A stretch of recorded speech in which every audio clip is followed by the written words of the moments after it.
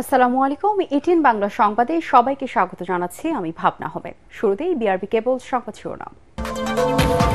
তিতুমির কলেজকে আলাদা বিশ্ববিদ্যালয় করা হচ্ছে না, সংবাদ সম্মেলনে জানালেন শিক্ষা উপদেষ্টা। বক্তব্য প্রত্যাখ্যান করে আন্দোলন চালিয়ে যাওয়ার ঘোষণা শিক্ষার্থীদের। দেশের অগ্রযাত্রা ও মুসলিম উম্মার শান্তি কামনার মধ্য দিয়ে শেষ হল প্রথম পর্বের বিশ্ব ইজতেমা। আখেরি মোনাজাতে মুসল্লিদের ঢল।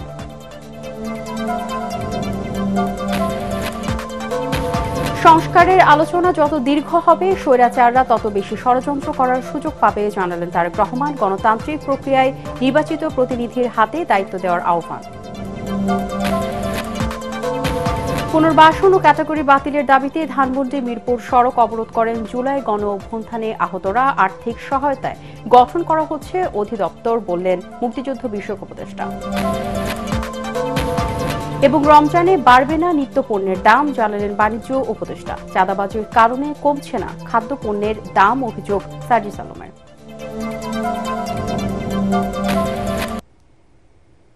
শুনছিলেন বিআরবি কেবল সংবাদ শিরোনাম। এবারে বিস্তারিত। তিতুমির কলেজকে আলাদা বিশ্ববিদ্যালয় করা হচ্ছে না বলে জানিয়েছে শিক্ষা উপদেষ্টা ওয়াহিদ উদ্দিন মাহমুদ। এ নিয়ে শিক্ষার্থীদের আন্দোলনকে অযৌক্তিক মনে করেন তিনি। রাজধানীতে এক বৈঠক শেষে সংবাদ সম্মেলনে শিক্ষা উপদেষ্টা এসব কথা জানান। তারা এই বক্তব্যকে প্রত্যাখ্যান করে আন্দোলন চালিয়ে যাওয়ার ঘোষণা দেন আন্দোলনকারী শিক্ষার্থীরা। রিপোর্ট করছেন আদ্দিন সজীব।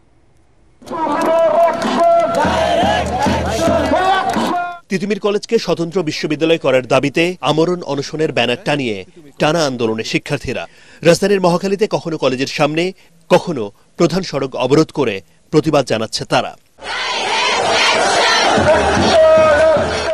এতে একদিকে যেমন বেশ কয়েকজন শিক্ষার্থী অসুস্থ হয়ে চিকিৎসা নিয়েছেন হাসপাতালে, অন্যদিকে চরম ভোগান্তিতে পড়ছেন নগরবাসী। হচ্ছে নানা সমালোচনাও। প্রশ্ন উঠছে কলেজকে বিশ্ববিদ্যালয় করার যৌক্তিকতা নিয়েও। কিছুটা দেরিতে হলেও এ বিষয়ে বক্তব্য স্পষ্ট করেছেন শিক্ষা উপদেষ্টা ওয়াহিদ উদ্দিন মাহমুদ। জানান, বিশ্ববিদ্যালয় হচ্ছে না তিতুমির কলেজ। সময় বেঁধে দিয়ে দাবি আদায়ের চেষ্টা অযৌক্তিক। সময় বেঁধে দিয়ে একটা কলেজের ছাত্ররা হঠাৎ করে একটা কলেজকে হঠাৎ করে সময় সীমার মধ্যে বিশ্ববিদ্যালয় ঘোষণা করা, এটা কোনো যৌক্তিক দাবি না। এবং আমরা এখন থেকে আর এই ধরনের সময় বেঁধে দেওয়া দাবির মুখে এমন সিদ্ধান্ত নেব না যেটা শুধু আমাদের সময়ের না, এটা পরবর্তী অনেক সময়ের ভবিষ্যতে বহুদিনের জন্য এটা একটা অযৌক্তিক সিদ্ধান্ত করলে সেটা বহুদিনের জন্য একটা বোঝা হয়ে থাকবে। তবে 7 কলেজ নিয়ে আলাদা বিশ্ববিদ্যালয় করার উদ্যোগ নেওয়া হয়েছে বলে জানান শিক্ষা উপদেষ্টা। ঢাকা বিশ্ববিদ্যালয়ের 7টা কলেজকে চায় না, 7টা কলেজ ঢাকা বিশ্ববিদ্যালয়কে চায় না, এটা যুক্তিসঙ্গত। এ কারণে 7টা কলেজকে পৃথকভাবে একটা বিশ্ববিদ্যালয় আদলে তৈরি করার জন্য একটা বিশেষজ্ঞ কমিটি আছে ইউজিসির চেয়ারম্যানের অধীনে। সেই 7 কলেজের মধ্যে তিতুমির কলেজও আছে, তাদের ব্যাপারেও বিশেষভাবে বিবেচনা করা হচ্ছে সেখানে। শিক্ষা উপদেষ্টার এই বক্তব্যকে মানতে নারাজ আন্দোলনকারীরা। তা প্রত্যাখ্যান করে দাবি আদায় না হওয়া পর্যন্ত আন্দোলন চালিয়ে যাওয়ার ঘোষণা শিক্ষার্থীদের। তিতুমির কলেজ ইউনিভার্সিটি করা হচ্ছে এই বাংলাদেশের মৌলিক অধিকার বঞ্চিত শিক্ষা বাণিজ্যের যে লুটপাটের কারণে যারা বঞ্চিত হচ্ছে তাদের অধিকার আদায়ের এই আন্দোলন। আমাদের ক্যাম্পাসের সামনে যে অবস্থান, এটি চলবে, অনির্দিষ্টকালে চলবেই। ব্যস্ত এই শহরে এমন দাবি দেওয়া নিয়ে আমরণ অনশন বা রাস্তাঘাট বন্ধ করার মতো কর্মসূচি থেকে শিক্ষার্থীদের সরে আসার আহ্বানও জানাচ্ছেন অনেকেই। আদ্দিন সজীব, এটিএন বাংলা, ঢাকা। মহান আল্লাহর নৈকট্য লাভ, নতুন বাংলাদেশের অগ্রযাত্রা, সমৃদ্ধি ও মুসলিম উম্মার শান্তি কামনায় শেষ হল বিশ্ব ইজতেমার প্রথম পর্বের প্রথম ধাপ। সকাল 9:30টায় শুরু হওয়া আখেরি মোনাজাতে সৃষ্টিকর্তার দরবারে দুহাত তোলেন লাখো মুসল্লি। এ সময় পাপ থেকে মুক্তি, দুনিয়া আখেরাতের কল্যাণ কামনা এবং ইসলামে সকল বিভেদ দূর করে ঐক্য ও ভ্রাতৃত্ববোধ বজায় রাখতে হেদায়েত চান সবাই। বিশ্বব্যাপী যুদ্ধ ও হানাহানি বন্ধের আকুতিও ছিল মুসল্লিদের আবেগ ও কান্নাজনিত প্রার্থনায়। আরো জানাচ্ছেন হুমায়ুন চিশতি। সকাল 9:11 শুরু হয় এবছরের বিশ্ব ইজতেমার প্রথম পর্বের প্রথম ধাপের আখেরি মোনাজাত। মোনাজাত পরিচালনা করেন তাবলিগ জামাতের শুরাই নিজামের শীর্ষ মুরব্বী মাওলানা মোহাম্মদ জুবায়ের। তার সাথে লাখো মুসল্লির আমিন আমিন ধ্বনিতে মুখরিত হয় তুরাগ নদের চারপাশ। একই সাথে নানা বয়সী ও পেশার মানুষ, এমনকি নারীরাও হাত তোলেন মহান আল্লাহর দরবারে। এ সময় মনের আকুতি জানিয়ে কেঁদে বুক ভাসান অনেকে। সবার জন্য দোয়া চাইছি, আল্লাহ সকলকে হেফাজত রাখে। নিজের হেদায়েত চাইলাম, পিতামাতা, আত্মীয় স্বজন, সমাজ, দেশবাসী সবার হেদায়েত এবং মঙ্গল কামনা করলাম। আমরা জানি এসএসসিতে ভালো রেজাল্ট করতে পারি, গোল্ডেন এ প্লাস পেতে পারি, তার জন্য দোয়া করলাম। আল্লাহর কাছে তো চাইলাম আখিরাতের জন্য মুক্তি, যাতে আমরা জান্নাতে যেতে পারি। অনেক গুনাহগার বান্দা আমরা। অতীতের সকল পাপ থেকে মুক্তি, আখিরাতের কল্যাণ, মুসলিম ঐক্য ও ভ্রাতৃত্ব বজায় রাখতে মহান আল্লাহর সাহায্য চান মুসল্লিরা। গাজার ফিলিস্তিনি মুসলমান সহ বিভিন্ন দেশে ইহুদি নির্যাতন থেকে মুক্তি এবং যুদ্ধ ও হানাহানি বন্ধের আহ্বান জানানো হয় আখিরি মোনাজাতে। মুসলমানরা যারা নির্যাতিত হচ্ছেন তাদের জন্য দোয়া করছে, আল্লাহ যেন তাদেরকে সাহায্য করেন। সারা বিশ্বের মুসলমানদের পাশাপাশি এই ফিলিস্তিনি মুসলমানদেরকে যেন আল্লাহ সাহায্য করে। মোনাজাতে অংশ নিতে ভোর থেকেই গাজীপুর সহ আশপাশের জেলা এবং দেশের বিভিন্ন অঞ্চল থেকে মুসল্লিরা আসতে থাকেন ইজতেমা ময়দানে। পথের ক্লান্তি, নানা রকম ভোগান্তি পেরিয়ে ইজতেমা মাঠে পৌঁছে প্রশান্তির ছাপ ফুটে ওঠে তাদের চোখে মুখে। অনেকে চলতি পথেই অংশ নেন মোনাজাতে। অনেক কষ্ট করে আসা, একমাত্র আল্লাহকে রাজি খুশি করার জন্য আসা। রংপুর থেকে আসলাম, কোনোদিন আসি নাই, এই ইজতেমায় আসি। আমাদের আল্লাহর রহমতে আমার মন খুব শান্তি। তাবলিগ জামাতের দুই গ্রুপের মধ্যে দ্বন্দ্ব, হানাহানি সহ একাধিক পর্বে বিশ্ব ইজতেমা হওয়া নিয়ে ক্ষোভ জানান সাধারণ মুসল্লিরা। বলেন, শান্তির ধর্ম ইসলামে, দূর হোক সব বিভেদ। এই যে দুইটা বাগাবাগি, দুইটা যে গেঞ্জাম, এগুলি তো ভালো না। মুসলমান ভাই ভাই সবাই একসাথে মিলেমিশে থাকবো। যেটি দ্বন্দ্ব করে এটা আসলে মুসলমানের কাতারেই করেন। তাবলিগ জামাতের দুপক্ষের বিরোধে এবার প্রথমবারের মতো 3 ধাপে অনুষ্ঠিত হচ্ছে বিশ্ব ইজতেমা। প্রথম পর্বে 2 ধাপে ইজতেমার আয়োজক শুরাই নিজাম বা মাওলানা জুবায়েরের অনুসারীরা। 3রা ফেব্রুয়ারি দ্বিতীয় ধাপে ইজতেমা শুরু হয়ে শেষ হবে 5 ফেব্রুয়ারি। এরপর 8 দিন বিরতি দিয়ে 14 ফেব্রুয়ারি তৃতীয় ধাপে ইজতেমার আয়োজন করবেন মাওলানা সাদের অনুসারীরা। 16 ফেব্রুয়ারি আখেরি মোনাজাতের মধ্য দিয়ে শেষ হবে 58তম বিশ্ব ইজতেমা।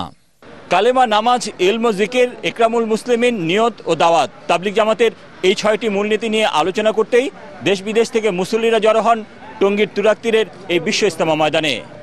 এখান থেকে শিক্ষা নিয়েই ইসলামের দাওয়াত মানুষের কাছে পৌঁছে দিতে তারা ছড়িয়ে পড়েন দেশে বিদেশে। তবে আগামীতে সব রকমের হিংসা, বিদ্বেষ, ভেদাভেদ ভুলে একসাথে একবারই বিশ্ব ইজতেমা অনুষ্ঠিত হবে, এমনই প্রত্যাশা করেন সবাই। হুমায়ুন চিস্তি, এটিএন বাংলা, টঙ্গী, গাজীপুর।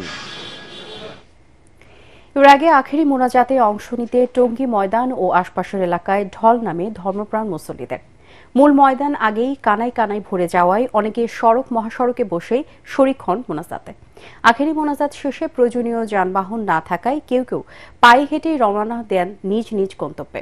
মিজান শাহজাহানের রিপোর্ট। সকাল 7টা, রাজধানীর ব্যস্ততম সড়ক উত্তরা। এসব মানুষের গন্তব্য টঙ্গীর ইজতেমা ময়দান। যানবাহন না পেয়ে হেঁটে এগিয়ে চলেন তারা। আগে থেকে ইজতেমা ময়দান ছিল কানায় কানায় পরিপূর্ণ, তাই এসব মানুষ ঢাকা ময়মনসিংহ মহাসড়কেই বসে যান, অংশ নেন আখেরি মোনাজাতে। দুহাত তুলে মোনাজাত করা মুসল্লিরা আল্লাহর দরবারে প্রার্থনা করছেন, হে আল্লাহ, লাখ লাখ হাতের মধ্যে যার হাতখানা তোমার পছন্দ হয়, নবীন প্রবীণ যুবক, দেশি বিদেশি, তার হাতের উছিলায় তুমি বাংলাদেশকে সমৃদ্ধশালী শান্তিপূর্ণ রাষ্ট্র হিসাবে কবুল করো। বিশ্বে শান্তি আনো, গাজায় ইসরায়েলি বর্বরতা বন্ধ করো। মুসল্লিরা বলেন, মুসলিম জাহানের দ্বিতীয় বৃহৎ এই মিলন মেলাকে আগের চেহারায় ফিরিয়ে আনা জরুরি।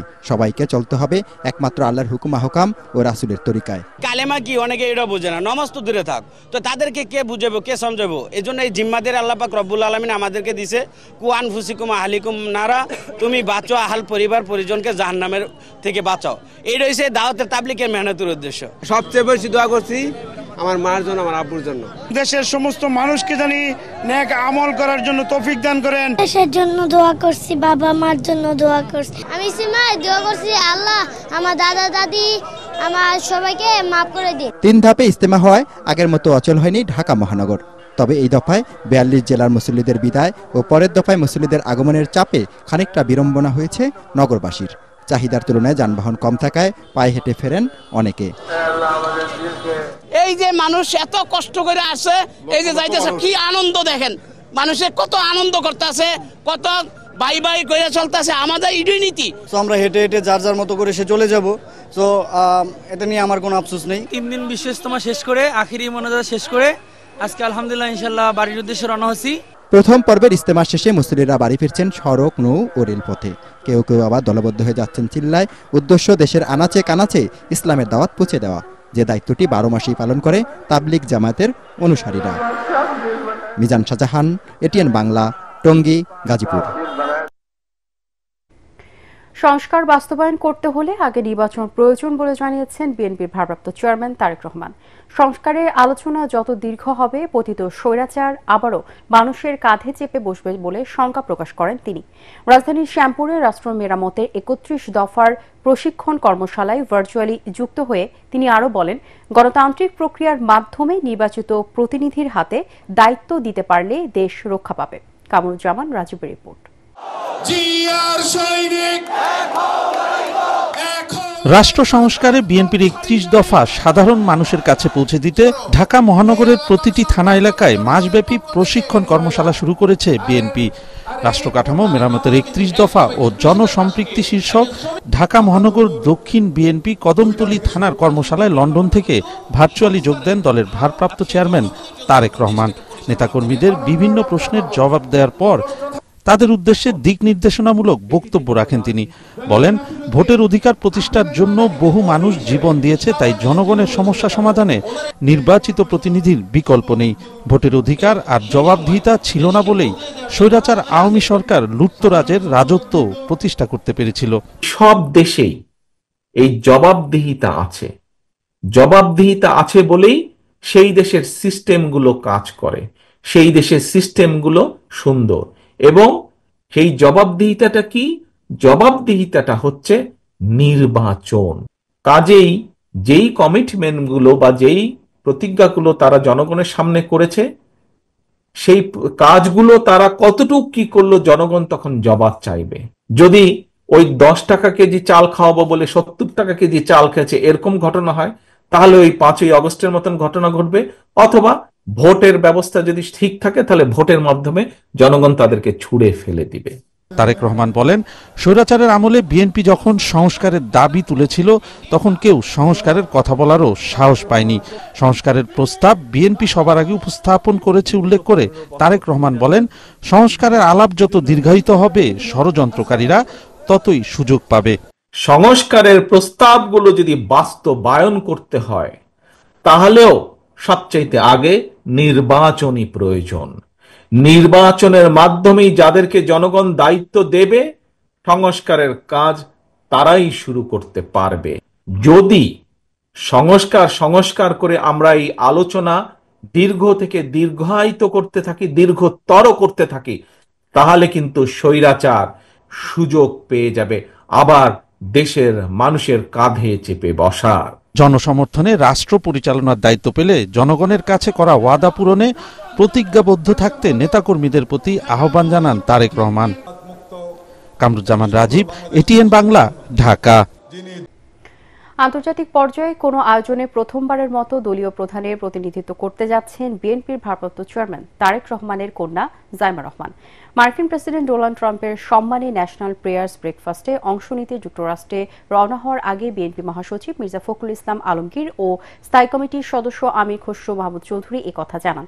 শাহজালাল আন্তর্জাতিক বিমানবন্দরে সাংবাদিকদের বিএনপি মহাসচিব আরও বলেন, 5 ও 6 ফেব্রুয়ারি ন্যাশনাল প্রেয়ার্স ব্রেকফাস্টে চলাকালে সাইড লাইনে গুরুত্বপূর্ণ ব্যক্তিদের সাথে তাদের বৈঠক হওয়ার সম্ভাবনা রয়েছে।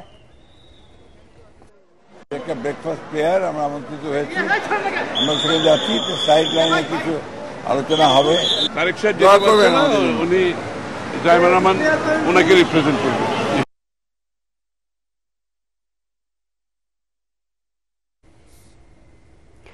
আগামী 24 ঘন্টার মধ্যে আওয়ামী লীগের রাজনৈতিক কর্মকাণ্ড নিষিদ্ধের দাবি জানিয়েছে ছাত্র অধিকার পরিষদ। সংগঠনের সভাপতি বিন ইয়ামিন মোল্লা বলেন, গণহত্যা চালানো ফ্যাসিস্ট আওয়ামী লীগ এখনও দেশ নিয়ে নানা ষড়যন্ত্র চালাচ্ছে। তাদের কর্মকাণ্ড নিষিদ্ধ না করলে আন্দোলনের হুঁশিয়ারিও দেন তারা। ঢাকা বিশ্ববিদ্যালয়ের মধুর ক্যান্টিনে সংবাদ সম্মেলনে ছাত্র অধিকার পরিষদের নেতারা আরও বলেন, আগামী 6 ফেব্রুয়ারি থেকে সারা দেশের সকল শিক্ষা প্রতিষ্ঠানে জাতীয় সরকারের দাবিতে আন্দোলনে নামবে তারা।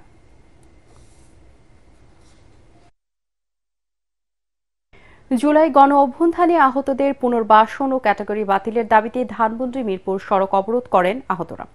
তাদের অভিযোগ, অন্তর্বর্তী সরকার পর্যাপ্ত চিকিৎসা ও সহায়তা দিচ্ছে না। তবে এসব অভিযোগ অস্বীকার করে সরকার বলছে, আহতদের চিকিৎসায় সিঙ্গাপুর, যুক্তরাষ্ট্র সহ বিভিন্ন দেশ থেকে বিশেষজ্ঞ চিকিৎসক আনা হয়েছে। 30 জনকে পাঠানো হয়েছে বিদেশে। আহত ও নিহতদের পরিবারকে আর্থিক সহায়তার জন্য জুলাই অভ্যুত্থান অধিদপ্তর গঠন করা হচ্ছে বলে জানান মুক্তিযুদ্ধ বিষয়ক উপদেষ্টা। রিপোর্টে জানাচ্ছেন মাহবুব কবির চপল। আবারও রাস্তায় নামতে হয়েছে জুলাই গণ অভ্যুত্থানে আহত যোদ্ধাদের। পঙ্গু হাসপাতালের সামনে ধানমন্ডি মিরপুর সড়ক অবরোধ করেন তারা। এতে যান চলাচল বন্ধ হয়ে যায়।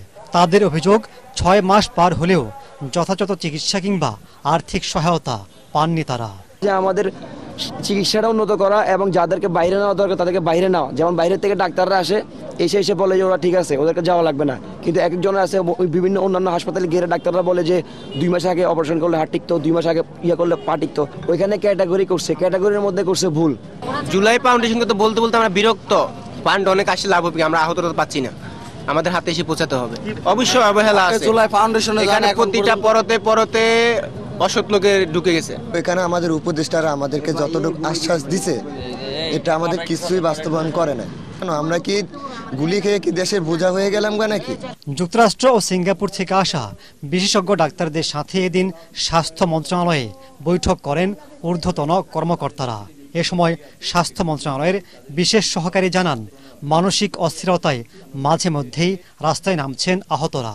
তাদের দাবিগুলো মেনে নেওয়ার আশ্বাস দেন তিনি। যারা আহত থাকেন ওনারা 5-6 মাস, আপনারা খেয়াল করেন, 5-6 মাস হাসপাতালে অবস্থানের কারণে ওনাদের যে মানসিক চাপ তৈরি হচ্ছে, সেটা ভেন্টিলেশনের আসলে আমাদের পক্ষ থেকে যথেষ্ট বন্দোবস্ত নিতে পারেন। এই কৃষিকাজ অবশ্যই সেখানে আমাদের হয়তো কোনো ত্রুটি বা বিচ্যুতি ওইটাকে স্পার্ক করে, কিন্তু প্রধানত এটা হচ্ছে পিটিএসডি সাইকেলে ওনাদের মধ্যকার ক্ষোভ একটা সময়কাল পরপর বারবার বিস্ফোরিত হচ্ছে। এই পর্যন্ত 30 জনকে বিদেশে পাঠিয়েছি, কেউ সিঙ্গাপুরে, কেউ ব্যাংককে। তার মধ্যে 2 জনের কথা বলি, মুসা, তার জন্য আমাদের 6,37,00,000 টাকা ইতিমধ্যে খরচ হয়ে গেছে। সে কবে রিকভারি হবে এখন আমরা জানি না। মার্চে তার আরেকটা অপারেশন হবে। হাসান বলে আরেকজন, তার ব্রেন ইনজুরি ছিল, তার জন্য 3,36,00,000 টাকা প্লাস আমাদের খরচ হয়ে গেছে। এদিকে দুর্যোগ ব্যবস্থাপনা মন্ত্রণালয়ে জরুরি বৈঠকে বসেন 7 উপদেষ্টা। পরে মুক্তিযুদ্ধ বিষয়ক উপদেষ্টা জানান, জুলাই বিপ্লবে আহত ও নিহতদের সর্বোচ্চ গুরুত্ব দিচ্ছে সরকার। নিহতদের পরিবারকে 30 লাখ টাকা আর আহতদের 50,000 থেকে 3 লাখ টাকার সঞ্চয়পত্র দেয়া হবে। গঠন করা হবে পৃথক অধিদপ্তর। এই বিষয়ে সরকার একটি অধিদপ্তর গঠন করছে মুক্তিযোদ্ধা মন্ত্রণালয়ের অধীনে। সেটার কাজও প্রায় সম্পন্ন হয়ে আসছে। এই অধিদপ্তরের অধীনে একটা নীতিমালা প্রণয়ন হচ্ছে, তাদেরকে কি রকমের পুনর্বাসন সুবিধা দেওয়া হবে। তিনি জানান, আহত ও নিহতদের পরিবারকে সহায়তায় 232 কোটি টাকা বরাদ্দ দিয়েছে সরকার। নিবিড়ভাবে যতটা। মাহবুব কবির চপল, ATN বাংলা, ঢাকা। কুমিল্লায় যৌথ বাহিনীর হেফাজতে যুবদল নেতা তৌহিদুল ইসলামের মৃত্যুর ঘটনায় জড়িতদের চিহ্নিত করে দ্রুত বিচার চেয়েছে জাতীয়তাবাদী আইনজীবী ফোরাম। দেশের বিচার বহির্ভূত সব হত্যাকাণ্ড বন্ধের দাবি জানান তারা। নইলে জুলাই বিপ্লবের শহীদ ও আহতদের রক্ত বৃথা যাবে। হাইকোর্ট প্রাঙ্গণে বিক্ষোভ সমাবেশে ফোরামের নেতারা অভিযোগ করেন, খুনি হাসিনা পালিয়ে গেলেও তাদের লোকজন এখনও প্রশাসনে থেকে যাওয়ায় এসব অপরাধ কর্মকাণ্ড চালাচ্ছে। তাই দ্রুত সময়ের মধ্যে অপরাধীদের বিচারের পাশাপাশি প্রশাসনকে আওয়ামী দোষরমুক্ত করার দাবি জানান তারা। নিরপেক্ষ তদন্তের মাধ্যমে যুবদল নেতা তৌহিদুলের মৃত্যুর ঘটনায় প্রকৃত দোষীদের বিচারের আওতায় আনার দাবি জানান আইনজীবী ফোরামের মহাসচিব ব্যারিস্টার কায়সার কামাল। মৃত্যুর ঘটনা তদন্তে অবিলম্বে বিচার বিভাগীয় কমিটি গঠন করার আহ্বান জানান অ্যাডভোকেট জয়নুল আবেদিন। শহীদ যে মারা গেল, কিন্তু এখন পর্যন্ত আপনারা রাজনৈতিক কোন প্রোগ্রাম এখনো ঘোষণা করেন নাই। অনতি বিলম্বে একটি বিচার বিভাগীয় তদন্ত কমিটি গঠন করুন। শেখ হাসিনার মদ্যপুষ্ট কর্মকর্তারা দেশকে অস্থিতিশীল পরিস্থিতি সৃষ্টির জন্য এই ধরনের হত্যাকাণ্ড ঘটিয়ে থাকতে পারে। প্রকৃত দোষীদেরকে বিচারের আওতায় আনতে হবে। রমজানে নিত্যপণ্যের দাম বাড়বে না বলে জানিয়েছেন বাণিজ্য উপদেষ্টা শেখ বশিরউদ্দিন। তার দাবি, ভোজ্য তেল সহ প্রয়োজনীয় খাদ্যপণ্যের পর্যাপ্ত সরবরাহ আছে। দৈনিক বণিক বার্তার আয়োজনে সেমিনারে তিনি অভিযোগ করেন, বিগত সরকার সব প্রতিষ্ঠান ধ্বংস করে গেছে। এ সময় জাতীয় নাগরিক কমিটির মুখ্য সংগঠক সার্জিস আলম বলেন, বাজারে এখনও চাঁদাবাজি চলছে বলেই পণ্যের দাম কমছে না। কর ফাঁকির কারণে রাজস্ব আয় কমায় বাধ্য হয়ে বিদেশ থেকে ঋণ নিতে হচ্ছে বলে জানান এনবিআর চেয়ারম্যান। শাফর আলমের রিপোর্ট। কয়েক বছর ধরে খাদ্য মূল্যস্ফীতির চাপে দিশেহারা সাধারণ মানুষ। জুলাই বিপ্লবের পর পরিস্থিতির বড় পরিবর্তন আসবে এমন প্রত্যাশার বিপরীতে তা এখন 2 অঙ্কের ঘরে। এমন বাস্তবতায় খাদ্যপণ্যের যৌক্তিক দাম নিয়ে আয়োজিত সেমিনারে বিশ্লেষকরা বলেন, সরবরাহ ব্যবস্থা দুষ্টচক্রের হাতে পড়েছে। একজন ডিস্ট্রিবিউটর শুধু একজনের পণ্য সাপ্লাই করবে, বিতরণ করবে, বিক্রি করবে, এটি বন্ধ করতে হবে। বড় বড় গ্রুপগুলো কাঁচামাল থেকে শুরু করে সাপ্লাই পর্যন্ত পুরো সাপ্লাই চেইন তারা কিনে নেয়। বাজারের এই স্বৈরতন্ত্র তো চলতে পারে না। খাদ্যপণ্য কতটা নিরাপদ? খবর পাচ্ছি যে ক্যান্সার হাসপাতালে যারা রোগী তাদের মধ্যে একটা বড় অংশ হচ্ছে কৃষক। অনুষ্ঠানে জাতীয় নাগরিক কমিটির মুখ্য সংগঠক সার্জিস আলম বলেন, আগের মতো এখনো চাঁদাবাজি চলছে। এরকম অসৎভাবে প্রত্যেকটা জায়গায় চাঁদাবাজি নামে লুটপাটের এই ট্রেডিশনটা বন্ধ হওয়া উচিত। এটা রাজনীতিবিদদের পক্ষ থেকে এই কাজটা তাদের করতে হবে। সরকার কাজ করছে মূল্যস্ফীতি নিয়ে, আমাদের বড় বড় বিজনেসম্যানদের কাজ করতে হবে লো স্ফীতি নিয়ে। বাণিজ্য উপদেষ্টা বলেন, সীমাহীন দুর্নীতি অনিয়মের কারণে হাসিনা সরকার প্রাতিষ্ঠানিক কাঠামো ভেঙে দিয়েছে। নিয়মিত করদাতাদের বিরক্ত নয়, বরং নতুন করদাতা খোঁজা হচ্ছে বলে জানান রাজস্ব বোর্ডের প্রধান। দীর্ঘদিন ধরে ওনার টিআইএন আছে, উনি জীবিত আছেন, ওনার ব্যবসা বাণিজ্য আছে, অথচ উনি রিটার্ন দেন না। তা আমরা এই জায়গাটাতে হাত দিচ্ছি যে আপনারা দয়া করে 15% ভ্যাট দেন।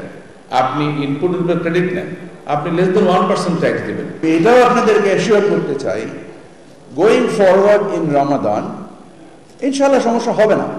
কারণ আমাদের আমদানিকৃত যে ভোগ্যপণ্য, এর মধ্যে যদি আপনি দেখেন চিনি, তেল, ছোলা, খেজুর, এর কোনো সংকট বাজারে নাই।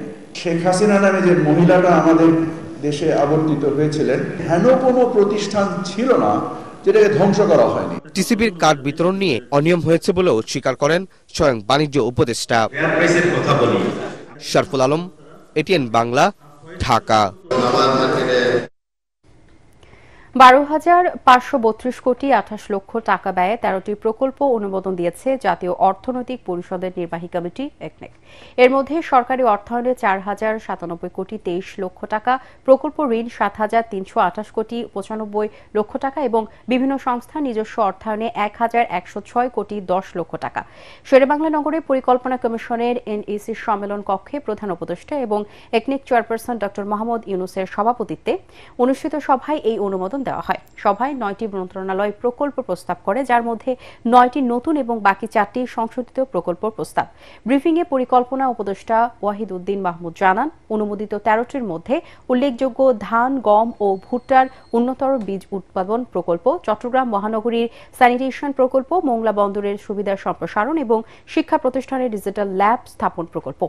খাদ্য নিরাপত্তা নিশ্চিত করতে food safety testing capacity development প্রকল্প হাতে নেওয়া হয়েছে জানিয়ে উপদেষ্টা বলেন, বিদ্যুৎ ও শিল্পের সক্ষমতা বাড়াতে নতুন কূপ খননের মাধ্যমে গ্যাস উৎপাদন বাড়ানোর দিকে যাচ্ছে সরকার।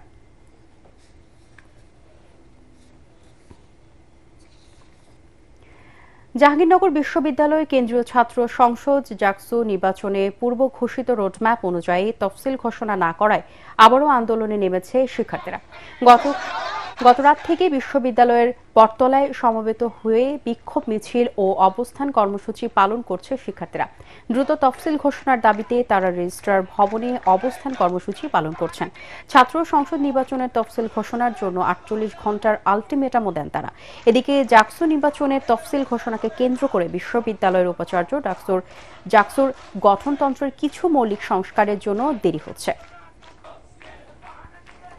পাঠক দর্শনার্থীর ভিড়ে উৎসবে পরিণত হয়েছে অমর 21শে বইমেলা। মেলার দ্বিতীয় দিনে স্টলগুলোতে ঘুরে ঘুরে বই দেখছেন পাঠকরা। পছন্দ হলে কিনছেনও নতুন বই। গণ অভ্যুত্থানের পর মন খুলে লিখতে পেরেছেন ও বই প্রকাশে বাধার মুখে পড়তে হয়নি বলে জানান লেখক প্রকাশকরা। আরও জানাচ্ছেন ইয়াসিন রানা। বইমেলার শুরুতেই নতুন বইয়ের ঘ্রাণ নিতে ছুটে এসেছেন হাজারো পাঠক দর্শনার্থী। আর নতুন পুরাতন বইয়ের পসরা সাজিয়ে পাঠক দর্শনার্থীদের আকৃষ্ট করছেন বিভিন্ন প্রকাশনের স্টল। দ্বিতীয় দিনে মেলায় পছন্দের বই খুঁজতে এবং ঘুরতে এসেছেন সবাই। পাঠক দর্শনার্থীদের মধ্যে বয়সে তরুণ তরুণীর সংখ্যাই বেশি। অনেকেই পরিবারের ছোট সদস্যদের নিয়ে এসেছেন মেলায়। নরমালি হুমায়ুন আহমেদের বই বেশি পড়া হয় আমার, তো এগুলো এই সবগুলা কালেক্ট করার ট্রাই করতেছি। বই কিনবো, এখনো ছবি লাইট আছে তো ছবি তোলা শেষ করিনি, তারপর কিনবো। শেখ হাসিনার পতন। মানে যে কিনলেন আসলে কেমন? না আসলে কিনি নেই, আমি পড়ার জন্য হাতে নিয়েছি, তো এখনো পড়া দেখি নেই, মাত্রই নিলাম আর কি। বই কিনতে আসছো না দেখতে আসছো? দেখতে আসছে, বই কিনতে আসছে। কিনছো এখন পর্যন্ত? কিনছে একটা। দেখি বই না কবিতা? গল্পের। আম্মু টাকা দিয়েছে, আমি কিনছি। এবার মেলায় বই প্রকাশে কিছুটা ভিন্নতা এসেছে বলেও জানান লেখক প্রকাশকরা। বইমেলা নিয়ে আমাদের প্রতিবার আমি যে খুব ভালো থাকে, অনেক বেশি আমরা এক্সাইটেড থাকি বইমেলা নিয়ে, কারণ এটা একটা শুধু বিজনেস ব্যাপার না, এটা হলো একটা উৎসবের মতো। এই দেশে লেখা কিন্তু খুব বিপজ্জনক। এই সরকারের পরিবর্তন না হতো আমি জামাত নিয়ে বই লিখতাম না, আর যা লিখছি তা হয়তো লিখতাম না। আমি অবশ্যই আগে আমার সেফটিটা আমি দেখব, আমি লিখব, তারপর নিরাপত্তা কোথায়। কারণ এখানে কিন্তু ভিন্ন মতকে সহ্য করার মানসিকতা আমাদের এখানে গ্রো করে নেই। সার্থক প্রেমের কাহিনীগুলো এখানে আমরা লিপিবদ্ধ করেছি। এই জন্যে যারা প্রকৃত প্রেম করতে পারেনি তারা এই কাব্যগ্রন্থটা পড়ে তারা প্রকৃত প্রেম কি জানবে। সত্য বিষয়ের উপর বই প্রকাশ করার সাহস পাচ্ছি। আমরা বলতে পারতেছি আমরা সত্য বই প্রকাশ করব, যে বই এদেশের 18 কোটি 17 কোটি মানুষের কল্যাণে কাজ করবে, সবাইকে পথ দেখাবে, পথ নির্দেশনা দিবে, এমন বই আমরা প্রকাশ করতে পারবো। বিশেষ কোনো দলের চাপে বা কোনো ব্যক্তির নামে বই প্রকাশ করা আমাদের এখন মনে হচ্ছে আর কেউ করতে চাচ্ছে না। তবে আমার কাছে জনসমাগম ভালোই মনে হচ্ছে, যে আশা করছি একটা ভালো বই মেলা হবে। আজ বিক্রি কথা যেটা জিজ্ঞাসা করছে আসলে একটু পরে বোঝা যাবে, দ্বিতীয় সপ্তাহ থেকে বোঝা যায় যে কেমন বিক্রি বার্তা হচ্ছে। বইমেলার দ্বিতীয় দিনে 13টি নতুন বই প্রকাশ পেয়েছে। ইয়াসিন রানা, এটিএন বাংলা, ঢাকা। চাঁপাইনবাবগঞ্জে একটি নিম গাছ থেকে বের হচ্ছে খেজুরের রসের মতো মিষ্টি রস। এমন ঘটনায় এলাকায় চাঞ্চল্যের সৃষ্টি হয়েছে। কেউ কেউ এটিকে বলছেন অলৌকিক, আবার অনেকে রোগবালাই থেকে মুক্তি লাভের আশায় পান করছেন সেই রস। খবর ছড়িয়ে পড়ায় সেই রস পান করতে ও গাছটি এক নজর দেখতে ভিড় করছে উৎসুক জনতা। চাঁপাইনবাবগঞ্জ প্রতিনিধি নাসিম মাহমুদের পাঠানো তথ্য ও ছবিতে আরো জানাচ্ছেন তামান্না জেনিফার। চাঁপাইনবাবগঞ্জের বাসিন্দা আফসার উদ্দিনের বাড়ির গলিতে বেড়ে ওঠা নিম গাছ এটি। গাছটি শিবগঞ্জ উপজেলার বিনোদপুর ইউনিয়নের শাখারিটোলা গ্রামে। এই গাছ থেকে অলৌকিকভাবে বের হচ্ছে মিষ্টি রস, স্বাদ খেজুরের রসের মতো। আর সেই রস সংগ্রহ করে আগ্রহী লোকজনকে পান করাচ্ছেন আফসার উদ্দিন। এর আগে গত বছরও শীত মৌসুমে গাছটি থেকে সামান্য পরিমাণে রস বের হয়েছিল। এবার রসের পরিমাণ বাড়ায় আনন্দিত তিনি। গত বছর আমরা অন্য মনে করে আর কি এটা বানানো হয়নি, আর এবার আবারও এরকম ভাবেই হয়েছিল। আমি নিজেই মানে টেস্ট করে খাওয়া দাওয়া করে দেখে মানে করে বানিয়েছি। এমন ঘটনা কখনোই দেখেনি এলাকাবাসী।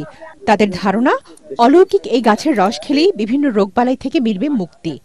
তাই প্রতিদিন সেখানে ভিড় করছেন উৎসুক জনতা।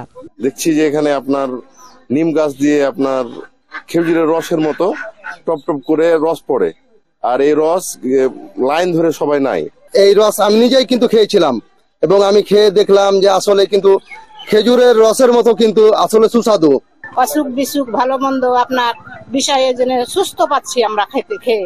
বিভিন্ন জায়গা থেকে সকাল থেকে সন্ধ্যা পর্যন্ত এই তারিখ খাওয়ার জন্য মানুষ আসছে এবং অনেকে হয়তো মনে করছে এটি আল্লাহর একটি অমূল্য সম্পদ, এটি খেলে হয়তো মানুষ উপকার হবে। এদিকে 250 শয্যা বিশিষ্ট জেলা হাসপাতালের আবাসিক medical officer doctor Abdus Samad জানান, নিম ওষুধি গাছ হলেও তার থেকে যে রস বের হচ্ছে এটার তেমন উপকারিতা নেই, বরং এই রস পান করার স্বাস্থ্য ঝুঁকি রয়েছে বলেও জানান তিনি। এইভাবে ইউজুয়ালি একটা গাছ থেকে রস আসে না, একটা ফাঙ্গাসের আক্রমণ বা অন্য কোনো জীবাণুর আক্রমণ যেহেতু এটা হতে পারে, এখান থেকে একটা বড় ধরনের এই যে শত শত মানুষের রস খাচ্ছে, এটা একটা এলাকায় একটা রোগের প্রাদুর্ভাবের একটা ঝুঁকি আছে, অর্থাৎ ওই এলাকায় একটা বড় ধরনের স্বাস্থ্য ঝুঁকি থেকে যায়। এত কিছুর পরেও তিতা নিম গাছ থেকে মিষ্টি রস বের হওয়াকে আল্লাহর রহমত বলে মনে করছেন কেউ কেউ। Bureau report, ATN Bangla. এবারে আল আরফা ইসলামী ব্যাংক অর্থ সংবাদ।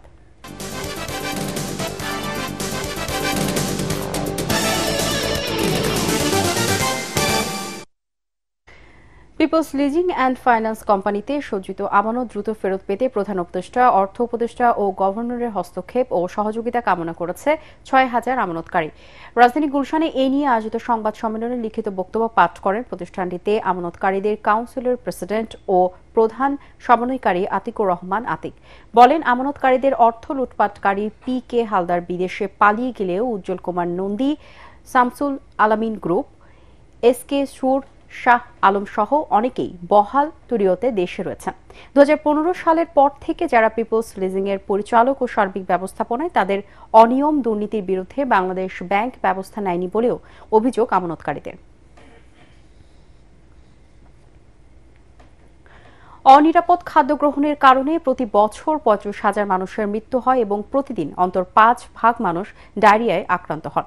বঙ্গবন্ধু শেখ মুজিব স্পেশালাইজড হাসপাতালে নিরাপদ খাদ্য কর্তৃপক্ষ আয়োজিত এক সেমিনারে এ তথ্য জানানো হয়। সেমিনারে বক্তারা বলেন, পুষ্টি নিশ্চিত করতে হলে নিরাপদ খাদ্যের বিকল্প নেই। পুষ্টি সমস্যার মূল কারণই হচ্ছে অনিরাপদ খাদ্য। অনিরাপদ খাবার গ্রহণের ফলে শিশু ও গর্ভবতী মেয়েদের মধ্যে পুষ্টিহীনতা তৈরি হয়। নিরাপদ খাদ্য কর্তৃপক্ষের চেয়ারম্যান জাকারিয়ার সভাপতিত্বে এতে প্রধান অতিথি ছিলেন খাদ্য সচিব মোহাম্মদ মাসুদুল হাসান, বিশেষ অতিথি অতিরিক্ত সচিব প্রদীপ কুমার দাস, খাদ্য অধিদপ্তরের মহাপরিচালক মোহাম্মদ আব্দুল খালিক, কৃষি মন্ত্রণালয়ের অতিরিক্ত সচিব আহমেদ ফয়সাল ইমাম। মূল প্রবন্ধ উপস্থাপন করেন ঢাকা বিশ্ববিদ্যালয়ের খাদ্য ও পুষ্টি বিজ্ঞান ইনস্টিটিউটের অধ্যাপক ডক্টর খালেদা ইসলাম। অনুষ্ঠানে খাদ্য সচিব মাসুদুল হাসান বলেন, খাদ্য, স্বাস্থ্য ও সুস্থতা এই 3টি জিনিসকে আলাদা করে দেওয়ার সুযোগ নেই। এগুলো একে অপরের পরিপূরক। সুস্থ থাকতে হলে নিরাপদ খাদ্য গ্রহণ করতে হবে। বর্তমানে বিশ্বে 700 বিলিয়ন লোকের খাদ্য কত নিরাপদ, আজ সেই প্রশ্নটি জেগেছে। এবারে আন্তর্জাতিক সংবাদ।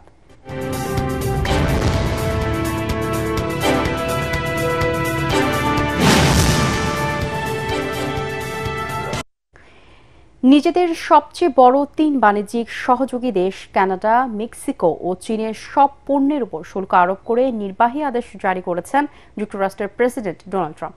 তিনি জানিয়েছেন, আগামী 4 ফেব্রুয়ারি থেকে মেক্সিকো ও কানাডার প্রায় সব পণ্যকে যুক্তরাষ্ট্রে প্রবেশে 25% শুল্ক দিতে হবে। অপরদিকে চীনের পণ্যের উপর 10% শুল্ক আরোপ করেছেন তিনি। এমন নির্বাহী আদেশ জারির পর তাৎক্ষণিকভাবে যুক্তরাষ্ট্রের পণ্যের উপর 25% করে শুল্ক আরোপের সিদ্ধান্ত নিয়েছে কানাডা ও মেক্সিকো। অপরদিকে চীন জানিয়েছে, তারা ট্রাম্পের এই সিদ্ধান্তের বিরুদ্ধে আন্তর্জাতিক বাণিজ্যিক সংস্থার কাছে অভিযোগ জানাবে ও পাল্টা ব্যবস্থা নেবে। ট্রাম্প দাবি করেছেন, নিজ দেশের মানুষকে বিষাক্ত মাদক ফেনাটেল থেকে বাঁচাতে এবং অবৈধ অভিবাসীদের প্রবেশ ঠেকাতে তিনি শুল্ক আরোপের সিদ্ধান্ত নিয়েছেন। যুক্তরাষ্ট্র থেকে আমদানি করা $155 বিলিয়ন পণ্যের উপর 25% কর আরোপের ঘোষণা দিয়েছে কানাডা। এর মধ্যে আমেরিকা থেকে আমদানি করা $30 বিলিয়ন ফল ও অ্যালকোহলের উপর এই কর আরোপ করেছে কানাডিয়ান সরকার। এক বিবৃতিতে দেশটির প্রধানমন্ত্রী জাস্টিন ট্রুডো বলেন, কানাডার পণ্যের উপর 25% শুল্ক আরোপের জবাব দিতেই এই পাল্টা পদক্ষেপ নিয়েছে তার প্রশাসন। তাদের তালিকায় এমন সব মার্কিন পণ্য রাখা হয়েছে যা যুক্তরাষ্ট্রের অর্থনীতিতে উল্লেখযোগ্য প্রভাব ফেলতে পারে বলেও উল্লেখ করেন তিনি। একই সাথে সতর্ক করেন, কানাডা সহ মেক্সিকো ও চীনের উপর ওয়াশিংটনের শুল্ক বৃদ্ধির এই সিদ্ধান্ত বাণিজ্য যুদ্ধ সৃষ্টি করতে পারে। এতে বিশ্বজুড়ে পণ্যের দাম আশঙ্কাজনক হারে বেড়ে যেতে পারে। ভারতে করমুক্ত আয়সীমা 12 লাখ রুপি করল দেশটির সরকার। আয়করে বিপুল ছাড় দিয়ে এই বাজেটকে সাধারণ মানুষের বাজেট বলে উল্লেখ করেছেন দেশটির প্রধানমন্ত্রী নরেন্দ্র মোদী। বাজেট ঘোষণার সময় ভারতের অর্থমন্ত্রী নির্মলা সীতারমণ বলেন, প্রস্তাবিত বাজেটে দেশের মানুষের জীবনযাত্রার মান আরও উন্নত করবে। কি করে সাধারণ মানুষের পকেটে বেশি টাকা আসে ও সঞ্চয় বাড়ে, সে লক্ষ্যেই এই বাজেট প্রণয়ন করা হয়েছে বলে উল্লেখ করেন তিনি। মূলত নতুন এই বাজেটে বাৎসরিক 12,75,000 রুপি পর্যন্ত বেতনভুক্ত কর্মীদের কোনো আয়কর দেওয়া লাগবে না। এই নিয়ম আগামী অর্থবছর থেকে চালু হবে। এবারে জানিয়ে দিব পার্টেক্স খেলার খবর।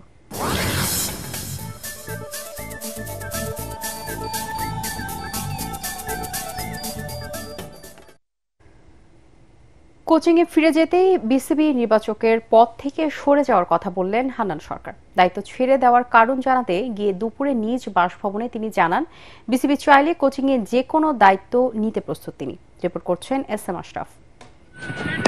আসন্ন চ্যাম্পিয়ন্স ট্রফির জন্য বাংলাদেশ দলের সেরা একাদশ সাজাতে ব্যস্ত থাকার কথা হান্নান সরকারের, কিন্তু সে পর্যন্ত অপেক্ষা করলেন না।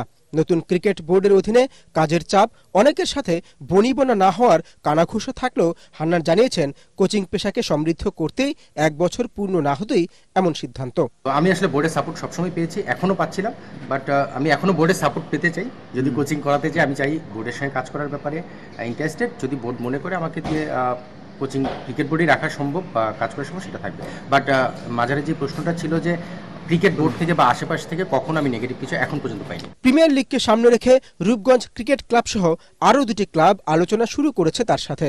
জানালেন, ভবিষ্যতে বিপিএলেও কাজ করার ইচ্ছে আছে তার। গত 3 মাসে বেশ কিছু পরিবর্তনের হাওয়া দেখা গিয়েছে, সেটা কোচিং হতে পারে, চিন্তা ভাবনা হতে পারে, বা কি বিষয়ে বেশ কিছু অ্যাক্টিভিটিসে।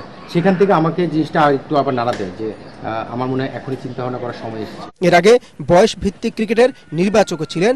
গত বছর 12 ফেব্রুয়ারি জাতীয় দলের নির্বাচকের দায়িত্ব নেন হান্নান সরকার। এবার সমাপ্ত হলো সেই অধ্যায়ের। এস.এম. আশরাফ, এটিএন বাংলা, ঢাকা। একদিন বিরতি দিয়ে আগামীকাল বিপিএল ক্রিকেটের ফাইনালে ওঠার মিশনে মাঠে নামবে 4 সেরা দল। মিরপুরে এলিমিনেটর ম্যাচে দুপুরে মুখোমুখি হবে চিটাগাং কিংস এবং খুলনা টাইগার্স। 12 ম্যাচে 8 জয়ে 2 নম্বর দল হিসেবে প্লে অফ নিশ্চিত করে চিটাগাং, আর 12 পয়েন্ট নিয়ে শেষ দল হিসেবে কোয়ালিফায়ারে ওঠে খুলনা। দিনের দ্বিতীয় ম্যাচে প্রথম কোয়ালিফায়ারের মাঠে নামবে পয়েন্ট টেবিলের সেরা দল তামিম ইকবালের ফরচুন বরিশাল ও 3-এ থাকা সোহানের রংপুর রাইডার্স। বাংলাদেশে পেশাদার বক্সিং আয়োজক সংগঠন এএফ বক্সিং প্রমোশন এবার আয়োজন করছে বাংলাদেশ ভারত বক্সিং শোডাউন। দুই দেশের সেরা বক্সারদের অংশগ্রহণে 11 বাউটের এই প্রতিযোগিতা আগামী 27 ফেব্রুয়ারি রাজধানীর এক হোটেলে অনুষ্ঠিত হবে। পেশাদার বক্সিংয়ের আবেদনকে আরও ছড়িয়ে দিতেই এই আয়োজন। বিওএ ভবনে আয়োজিত সংবাদ সম্মেলনে বাংলাদেশ প্রফেশনাল বক্সিং সোসাইটির স্বত্বাধিকারী মোহাম্মদ আসাদুজ্জামান জানান, এবারের প্রতিযোগিতায় বাংলাদেশের 8 জন ও ভারতের 7 জন পুরুষ ও 1 নারী বক্সার লড়াই করবেন। প্রত্যেক বক্সারের জন্য প্রাইজ মানি থাকছে 1 লাখ টাকা করে। এ সময় উপস্থিত ছিলেন বক্সিংয়ে বাংলাদেশের প্রথম আন্তর্জাতিক পদকজয়ী আব্দুল হালিম সহ অন্যান্যরা। বিশ্বের বড় বড় ট্রেনিং সেন্টারের আদলে চট্টগ্রামে আর্চারির স্থায়ী প্রশিক্ষণ ক্যাম্প করতে চায় বাংলাদেশ আর্চারি ফেডারেশন। চট্টগ্রাম জেলার খেলা দিয়ে শেষ হলো আর্চারি ফেডারেশনের তারুণ্যের উৎসব। সকালে প্রধান অতিথি হিসেবে উপস্থিত থেকে দিনব্যাপী উৎসবের উদ্বোধন করেন চট্টগ্রামের বিভাগীয় কমিশনার ডক্টর মোহাম্মদ জিয়াউদ্দিন। বিশেষ অতিথির বক্তব্যে চট্টগ্রামে আর্চারির একটি স্থায়ী প্রশিক্ষণ ক্যাম্প স্থাপনে ফেডারেশনের পরিকল্পনার কথা জানান কাজী রাজিব উদ্দিন আহমেদ চপল।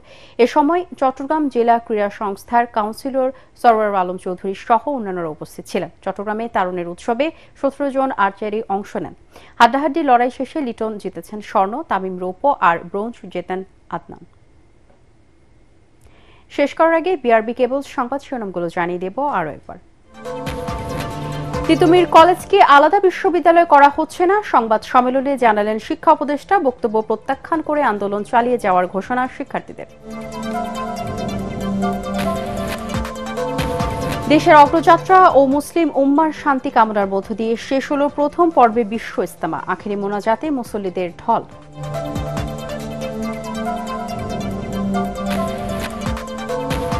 সংস্কারের আলোচনা যত দীর্ঘ হবে, স্বৈরাচাররা তত বেশি ষড়যন্ত্র করার সুযোগ পাবে, জানালেন তারেক রহমান। গণতান্ত্রিক প্রক্রিয়ায় নির্বাচিত প্রতিনিধির হাতে দায়িত্ব দেওয়ার আহ্বান।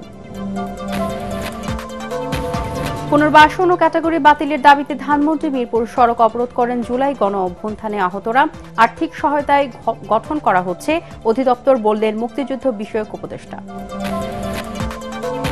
এবং রমজানে বাড়বে না নিত্যপণ্যের দাম, জানালেন বাণিজ্য উপদেষ্টা। চাঁদাবাজির কারণে কমছে না খাদ্যপণ্যের দাম, অভিযোগ সার্জিস আলমের। পরবর্তী সংবাদ দেখার আমন্ত্রণ জানিয়ে এখনকার মতো শেষ করছি। এটিএন বাংলার সংবাদ ইউটিউবে দেখতে ব্রাউজ করুন youtube/ATN Bangla News। ধন্যবাদ সবাইকে।